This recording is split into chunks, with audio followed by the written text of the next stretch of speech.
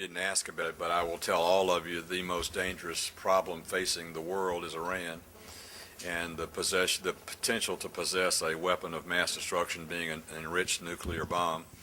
And if the world community doesn't unite and isolate Iran and force Iran to give up its nuclear weapons program, then there will be a time at which failure to act on our part will end up in a disaster, or having to act would be a very difficult circumstance. We have the opportunity now to bring the world together and to isolate Iran and give them no wiggle room, and I think we've got to do that, or else that will be the biggest threat that all of us will face in the immediate future. We've had far too much litigation and not enough conversation, so I'll make the following pledge to you.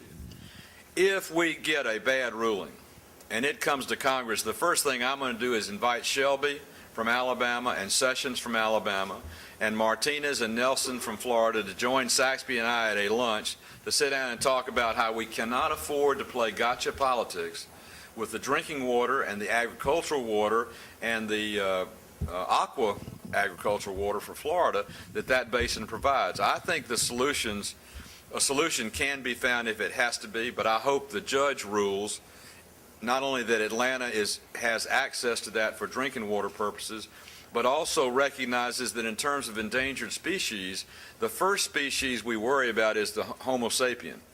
And after that, each other species takes a second seat when it comes down to how much water we have to drink and survive in this region. But I've got a sneaking feeling we're going to get a comprehensive ruling that's also a good ruling for Atlanta, but not a punitive ruling for Alabama or for the 2 new nuclear plants that are due to be licensed there, or for the Apalachicola Bay and the sturgeons and the mussels and the other sea food that depends on certain flow in the Chattahoochee River. But the answer to your question is, if the judge doesn't do it, people with cool heads have got to sit down. We can't start lobbing bombs at each other and trying to gotcha each other politically. It is too important an issue that has hurt this region far too long. The financial collapse of the last 9 months has been draconian, it has been severe, and it is time for us to evaluate how we got where we are and make sure we never allow the problems that caused it to ever happen again.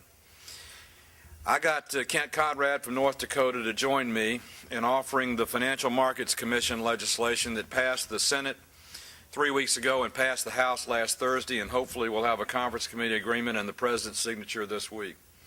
It's a commission that is empowered with subpoena powers, a $5 million budget, and an unlimited access to the United States government and to the regulatory bodies to evaluate everything that contributed to our decline and make recommendations back to the Congress for the changes we should make, and make recommendations to the Justice Department if in fact criminal activity or a violation of the law appears to have happened.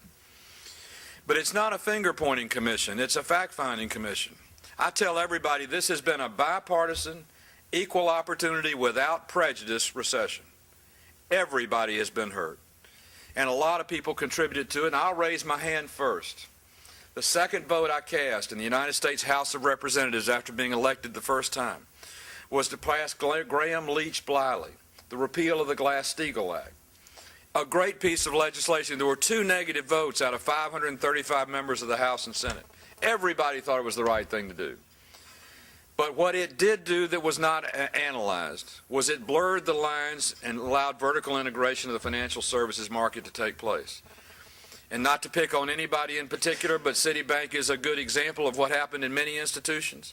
Sandy Weil bought a brokerage company, Smith Barney, and then an insurance company, Travelers, and then a private mortgage insurance company, and they were in the banking business, and all of a sudden, the extender of credit was benefiting from the receipt of the credit that brought about a sale of a product. They said, when are we getting out of all this? Well, like I said, we're going to get out of it. I think we're at a trough now. I think that trough is going to be a little bit protracted. I'm not going to get into the tax credit I introduced in Congress, but if we can get some tax incentives to get people purchasing homes again, that's the best way to begin the turn to lead us out. But we're going to be a while. It's going to take probably about a 5-year climb from where we are to get back to the new normal. And the new normal is going to be reflating back to fair market values before we run into the potential problem of inflating, which none of us want to do. But we will be what we've always been, the greatest country on the face of this earth, and still the great place to start a business, to challenge, to take risk, and to profit from the hard work of the American people. It's a great country. It will be better for what we've been through, and I hope my remarks today have helped you a little bit to understand the crisis.